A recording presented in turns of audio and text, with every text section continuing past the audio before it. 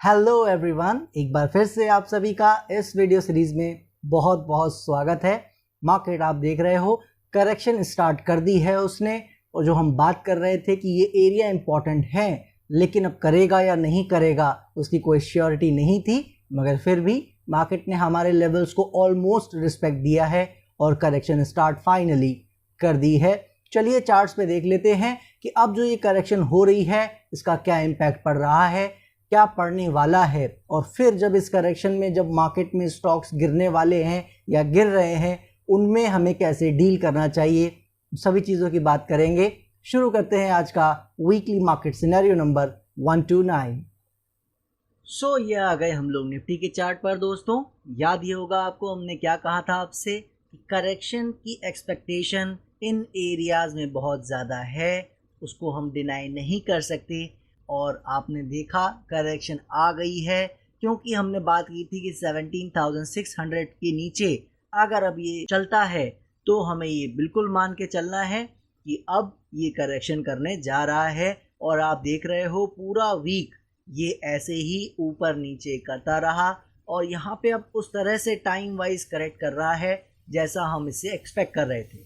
हम लोग पहले भी बात कर चुके हैं, आज भी यही कहना चाहूँगा, ज़्यादा करेक्शन नहीं होनी चाहिए। और ज़्यादा से मेरा मतलब है कि ये वापस 16,000 16,500 इन एरियाज़ की साइड नहीं आना चाहिए। ज़्यादा से ज़्यादा जो करेक्शन हम मान के चल रहे हैं कि अगर एक छोटी साइज़ की करेक्शन होगी तो उसके लिए सपोर्ट एरिया लग रखा है 17,250 200 के आसपास। ज़्यादा से ज़्यादा इसको यहीं तक आना चाहिए।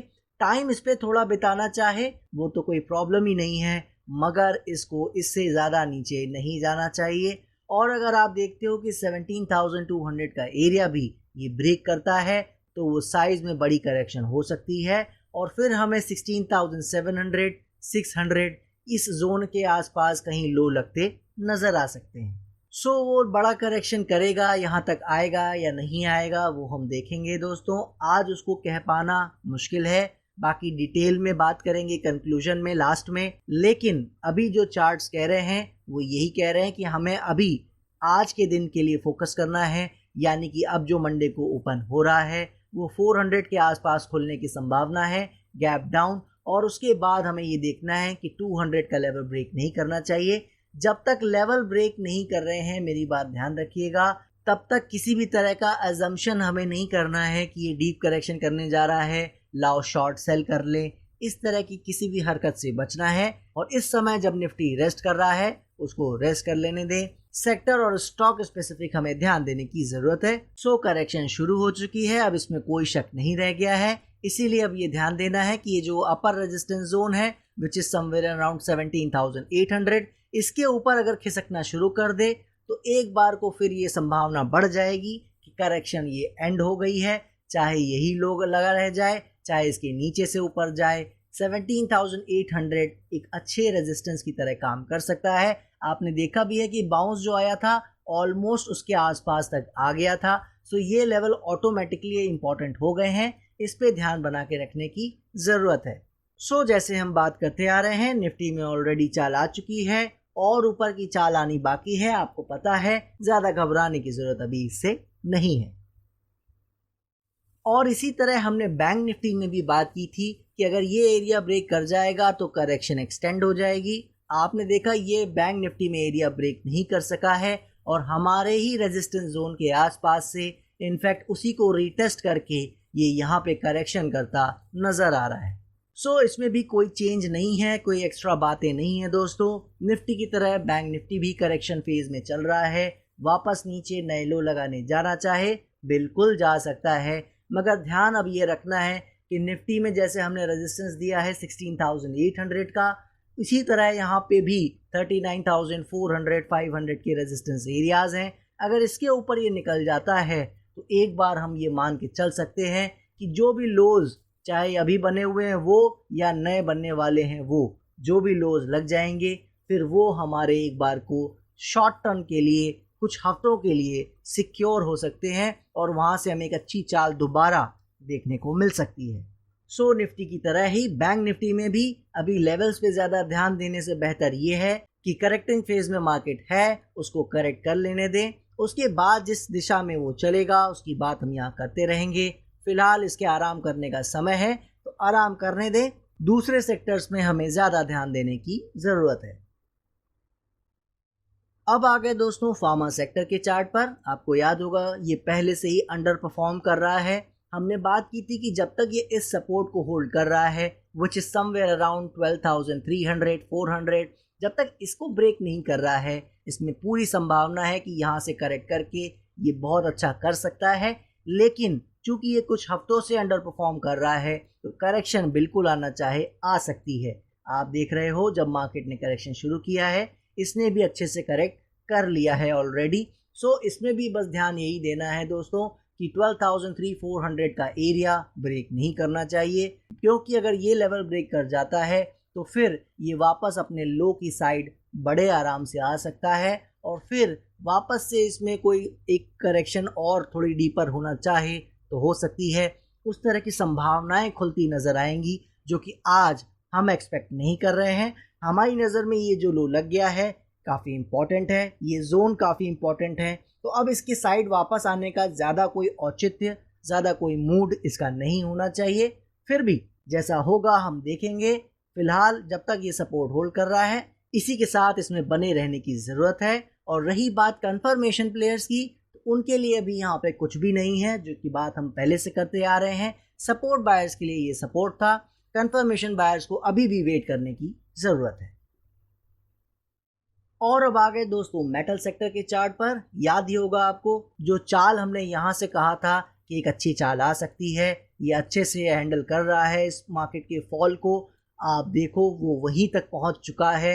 ये लेवल हमने बहुत पहले दे दिया था जब ये यहाँ काम कर रहा था कि अगर इसको वाकई अच्छा करना है, कंफर्मेशन देनी है कि ये अच्छा करने वाला है, नए हाइज लगाने वाला है, उसके लिए इसको इस लेवल को जो कि 5950 6000 के आसपास का एरिया है ब्रेक करना ज़रूरी है अपसाइड। और आप देख रहे हो लकीली लेवल सारे ही अच्छे से काम करते चले आए हैं। तो अभी भी हम इन लेवल्स को ही इम्पोर्टेंस दे रहे हैं कि जब तक अब ये 50 to 80 या मुझे और थोड़ा सा अगर रिवाइज करना पड़े तो मैं यही कहूँगा कि जब तक ये इस एरिया को जो कि 5350 5400 के आसपास है ब्रेक नहीं करता है तब तक मेरी समझ में कहीं कोई प्रॉब्लम मेटल सेक्टर में नहीं है। करेक्शन यहाँ आना चाहे बिल्कुल आ सकती है, मगर इससे ज़्यादा की उम्मीद हमें नहीं है और हो सकता है यहीं कहीं करेक्शन ख़त्म करके ये भी वापस से ऊपर ब्रेकआउट देता नज़र आ सकता है।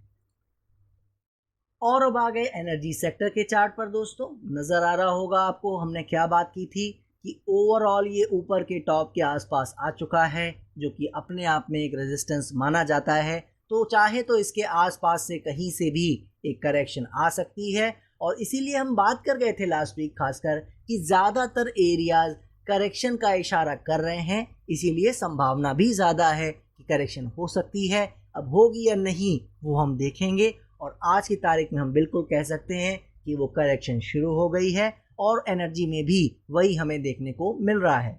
सो अब इसमें भी करेक्शन कहाँ तक आ सकती है? बात वही है दोस्तों कि अगर करेक्शन छोटी होनी है तो आप देखोगे ये 19,100 19,000 से ज़्यादा नहीं गिरना चाहिए और अगर करेक्शन डीपर होती है तो फिर आपको 18,400 के नीचे भी एक बार आता नज़र आ सकता है। जी हाँ, बिल्कुल आता नज़र आ सकता है, लेकिन हम चूँकि उसकी एक्सपेक्टेशन कम रख रहे हैं इसलिए मैंने सपोर्ट को ज़्यादा अभी हिलाया नहीं है, ना ही मैं अभी कुछ करना चाह रहा हूँ। अभी जो लेवल्स दिए हुए हैं, जो हमारा व्यू है, उसी के साथ आगे बढ़ने की ज़रूरत है।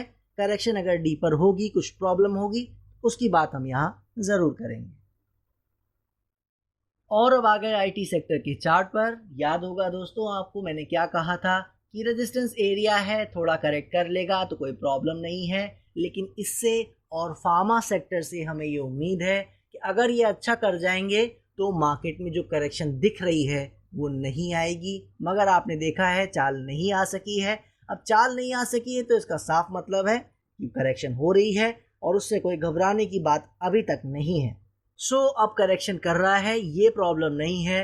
मगर अगर आप देखते हो कि ये 28,300 28,000 इन जोन को डिसाइसिवली ब्रेक कर देता है तो फिर जो इसके ये लोज यहाँ पे आपको नज़र आ रहे हैं ये भी खतरे में पड़ सकते हैं। जी हाँ, ये भी खतरे में पड़ सकते हैं। उसकी वजह हम लोग कंक्लूजन में डिटेल में बात करेंगे, मगर हमें लेवल वाइज अभी यही ध्यान देना है कि सपोर्ट जो एरियाज हमने ये दे रखे हैं उसके नीचे इसे नहीं चलना चाहिए, यहीं कहीं से इसे वापस टर्न अराउंड करने की ज़रूरत है।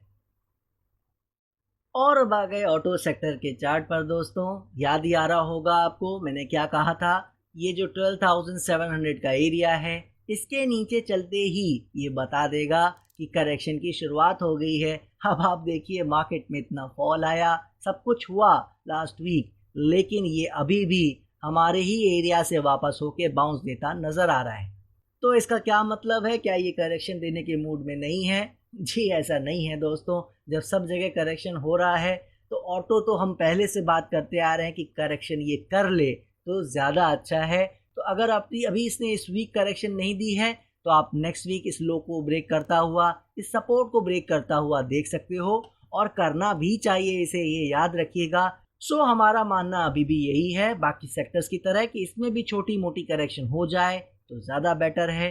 अगर डीप करेक्शन इसमें होती भी है तो उससे ज़्यादा घबराने की ज़रूरत नहीं है दोस्तों, क्योंकि इसमें वो पेंडिंग है और इसने अपनी जो पेंडिंग करेक्शन उसको जो एक्सटेंड कर दिया है तो उसके कारण ये शायद डीप करेक्शन कर दे, तो कोई बड़ी बात नहीं है। तो इसमें अगर डीप करेक्शन हो जाए और बाकियों में ना हो, मेरी बात समझ लीजिएगा, तो कोई बड़ी बात नहीं है। सो ऑटो सेक्टर से अच्छी उम्मीदें हैं आगे के लिए भी, आने वाले महीनों के लिए भी, लेकिन एक बार वो करेक्शन छोटी करेगा या बड़ी करेगा वो उसको कर लेनी चाहिए। उसके बाद जो होगा उसको हम यहाँ पे बात करते रहेंगे।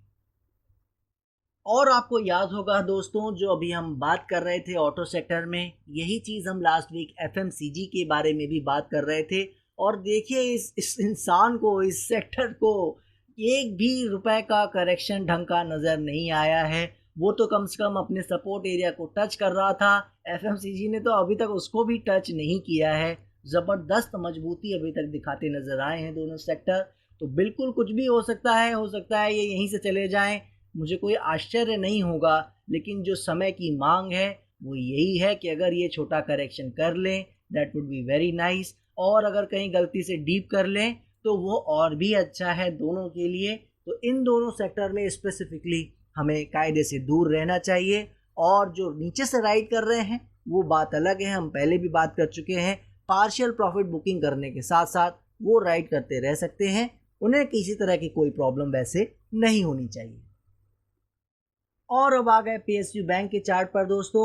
याद ही होगा आपको हमने क्या कहा था, रेजिस्टेंस एरियाज के आसपास पहुंच रहा है, कहीं से भी करेक्शन ट्रिगर हो सकती है, कोई घबराने की ज़रूरत नहीं है, क्योंकि यहाँ से हम इसकी बात कर रहे थे। शानदार चाल इसने हमें दी है, 20% अगर इंडेक्स हमें चाल दे दें तो उसको कम नहीं माना जा सकता दोस्तों। तो अब वो चाल मिल गई है तो करेक्शन आ जाए, कोई परेशानी नहीं है। और आपने देखा है कि यहाँ पे कुछ हफ्तों से यहाँ टाइम बिता रहा है ये, ऑलरेडी पूरा अगस्त इसने बिता दिया है यहीं पे।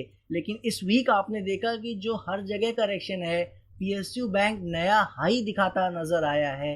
जी हाँ दोस्तों, इसने वो सारी करेक्शन अपनी फिनिश करके एक तरीके से ऊपर निकलता नज़र आ रहा है। सो हो सकता है दोस्तों इसकी करेक्शन फिनिश हो गई हो और ये करेक्शन ना करे ज़्यादा, ये भी पॉसिबल है, याद रखिएगा। लेकिन मैं आपको साफ बता दूं, इतना टाइम काफ़ी नहीं है। तो अगर ये करेक्शन कंप्लीट हो गई है, ऊपर भी जा रहा है, तो वो जिनके पास नीचे से है उनके लिए तो अच्छा है। लेकिन जो फ्रेश लेने की सोच रहे हैं, जो चाह रहे हैं कि अभी भी मौका मिल रहा है करेक्शन में, हम ट्राई कर लें, उन्हें पीएसयू बैंक से फिर दूर रहने की ज़रूरत है। वरना मेरी नज़र में अभी भी रेजिस्टेंस जोन से ये बाहर निकला नहीं है।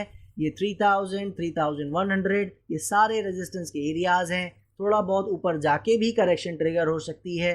सो जब तक वो करेक्शन अच्छे से होती नज़र ना आए, फ्रेश पोजीशन के लिए, फ्रेश काम करने के लिए पीएसयू बैंक बिल्कुल नहीं है। और जिनके पास नीचे से है उनको तो पूरा मज़ा लेते हुए इसको बस चुपचाप राइड करने की ज़रूरत है। और इसी तरह देखिए रियल्टी सेक्टर ने भी करके दिखाया है। पीएसयू बैंक में जैसे करेक्शन चल रही थी पूरे अगस्त भर, रियल्टी सेक्टर में भी चली है। और यहीं पे रेंज बनाने के बाद ऊपर निकलने की कोशिश करता नज़र आ रहा है। हालांकि इसने हाईज नहीं लगाए हैं पीएसयू बैंक की तरह, बट स्टिल इसमें अच्छी रिकवरी होती नज़र आ रही है।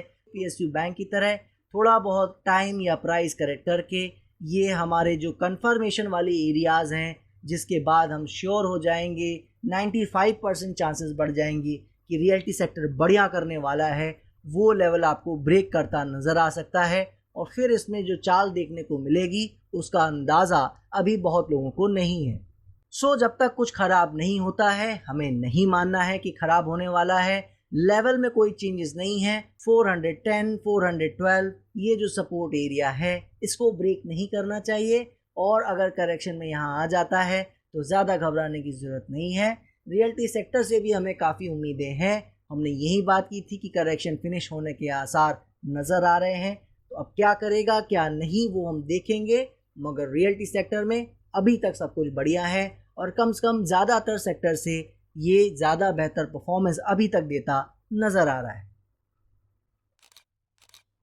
सो ये देख लिए आपने सभी चार्ट्स। चलिए अब कंक्लूजन में समझने की कोशिश करते हैं कि इन चीज़ों को हमें कैसे डील करना चाहिए। सबसे पहले बात जो समझने की है वो ये है कि जो भी दोस्त हमारे साथ पीछे से हमारी बातें सुनते आ रहे हैं इसी वीडियो सीरीज़ में, उनको हम यहाँ बताते आ रहे हैं हर वीक कि यहाँ पे जो अभी लास्ट 2-3 वीक से होता नज़र आ रहा है उसके बारे में बहुत ही डिटेल में हमने कहा था कि यहाँ पे अब एक करेक्शन आ सकती है।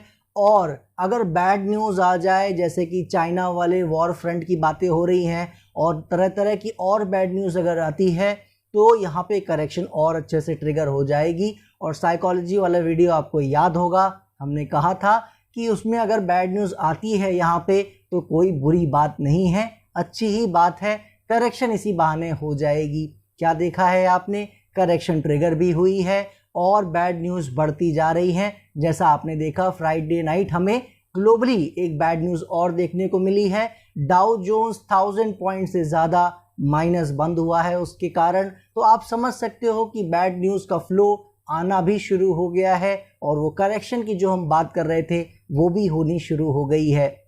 सो अगर करेक्शन हो रही है तो अब समझना ज़रूरी है कि मार्केट में और निफ्टी में क्या हो सकता है और हमें कैसे डील करना है। उसको समझने के लिए सबसे पहले सेक्टर्स और अदर थिंग्स के बारे में बात कर लेते हैं, तब निफ्टी पे आएंगे। तो सबसे पहले सेक्टर को अगर देखें हम तो हमने ये बात की थी कि यहाँ पे सेक्टर्स जो हैं, जो इंडाइसेस हैं, वो रेजिस्टेंस के आसपास पहुँच रहे हैं सारे। तो करेक्शन होना थोड़ा सा स्वाभाविक है। अगर नहीं होगा मार्केट में तेज़ी आ जाएगी।